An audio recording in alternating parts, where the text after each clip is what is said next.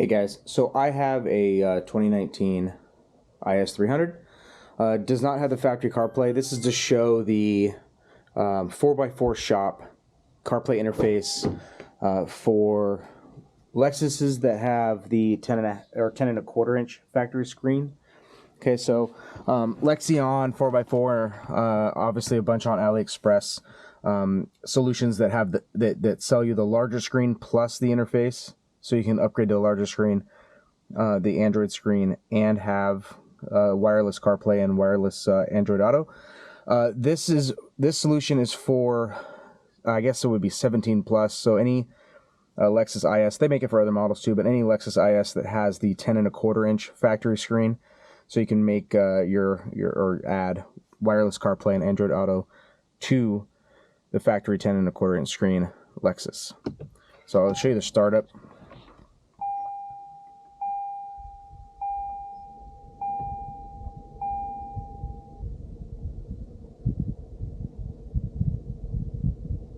There's a ton of videos online that show you the install of the screen and the interface. I'm not going to show how I installed it. I'll talk a little bit about how I installed it, but I won't show the actual step-by-step install. So that's the start. That's essentially a cold start. So that's as long as the screen's going to take to go to CarPlay. So it's pretty quick. It's quicker than, so I had a 2016 IS200T before the 2019 IS300, and I put a Lexion setup on there with the big screen and the interface. I also had the 4x4 shop big screen and interface, and I did comparison write-ups on Club Lexus and a few other places on it. But the startup time was long. I mean, sometimes it would take a minute to get into the CarPlay interface after putting the ignition on. So this is pretty quick, but you can see I've got the jog mouse with Navi, but so it works a little bit different on CarPlay than it does on the actual the Lexus OS. But you can scroll through, scroll back. If I want to pick a playlist, obviously, I'm not going to go through. This isn't a CarPlay tutorial, but got the back button. If you hold menu down for 3 seconds, it'll go back to the standard Lexus OS, and it works without issue.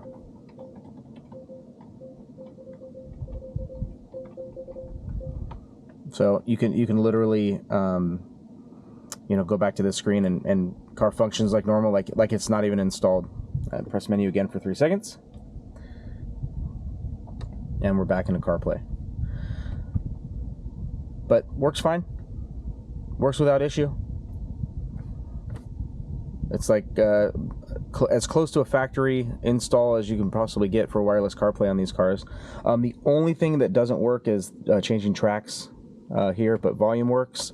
Older units, you'd have to install a microphone, and there was a few other things you kind of had to do, and it was a little bit janky in terms of how calls worked with Bluetooth connectivity and everything like that, but this is pretty seamless. I'm also show some of the cheaper units actually physically plug a 3.5 millimeter jack into the aux. This does play through the aux channel, but you're not getting the reduced audio quality of going through a 3.5 millimeter jack for aux. It's all done through the behind the interface on the head unit. I personally installed it behind the glove box, the interface box. It's not very big. I did that because I had plenty of experience. I tore apart my 2016 IS several times and put it back together as I was kind of making comparison reviews of the Lexion and the 4x4 shop units on those. So I was really, really comfortable taking this thing apart. I mean, for me, it took, 5 minutes to get the panels apart. You take these side panels off, the silver panels off. There's a few screws on each side of those. You take this portion off, and that just pulls up. You'll take this off. There's a screw on the side for that. And then 4 10-millimeter bolts for the head unit and climate control that come out as one unit, and then you can separate those. And then you can take the lower airbag off and the glove box off. It doesn't take very long, but you actually really don't need to do that without the harness setup, and the interface is actually smaller than if you're replacing the screen. So you can really just put that unit right behind here. So you really only need to take this stuff out, and there's a little cover over here for two, I think they're 10, they might be 12 millimeter bolts that attach the screen. You take that off, you just peel the screen back, unplug a couple things, plug your harness in, plug the box in, and you're golden. And you have wireless CarPlay and Android Auto.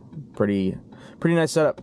But this is, I have no issues. I've had no issues with call quality. Everything's integrated through the car, basically like factory. You don't have to install any external antennas. I think you might have to do that if you do Android, but with CarPlay, it uses the phone's GPS for Waze and maps and any GPS related stuff. So you don't have to install a separate antenna for that if you're going to use CarPlay.